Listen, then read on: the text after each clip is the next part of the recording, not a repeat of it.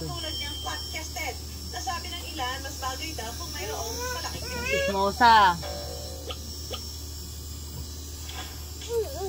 Sa kabila ng ika nga hindi madalas pagpili at pagtanggap sa maliit na dibdib para kay Joyang, mayroon pa rin naman daw magandang dulot ang pagiging flat-chested. No.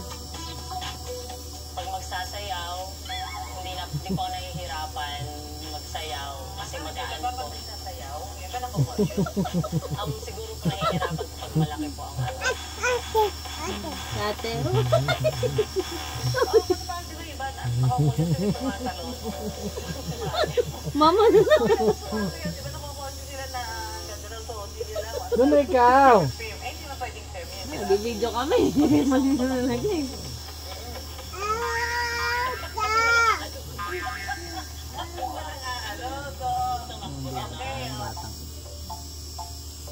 Sa tingin mo ba, ibang babae, dibdib, ganyan? Pakinggan. Oh, gago mo. We are born this way, so we have to embrace who we are. Ayan. Paniniwala ka ba Ganun na din. kung walang dibdib ay hindi sexy ang isang babae? Dinisa mo na Para po sa akin, lahat po ay sexy tayo. You have to embrace yourself. Kasi naniniwala po ako na you will build confidence. At pag na-build mo yung confidence na yan, magiging beautiful ka sa paningin ng iba. Hindi rin daw naging hadlang ang pagiging flat-chested para magawa niya ang kanyang passion. At lingid sa karamihan, maging ang kanyang first job noon bilang isang chef matapos makagraduate sa kursong hotel and restaurant management. Isasagad po siya. Speaking of the meat, I wonder, kailan at paano nga ba nagkaroon ng konsepto ng pantakip dibdib sa bayan ni Juan? Sa kasaysayan, sinasabing kami Sorry. 100, even 1900, di ba?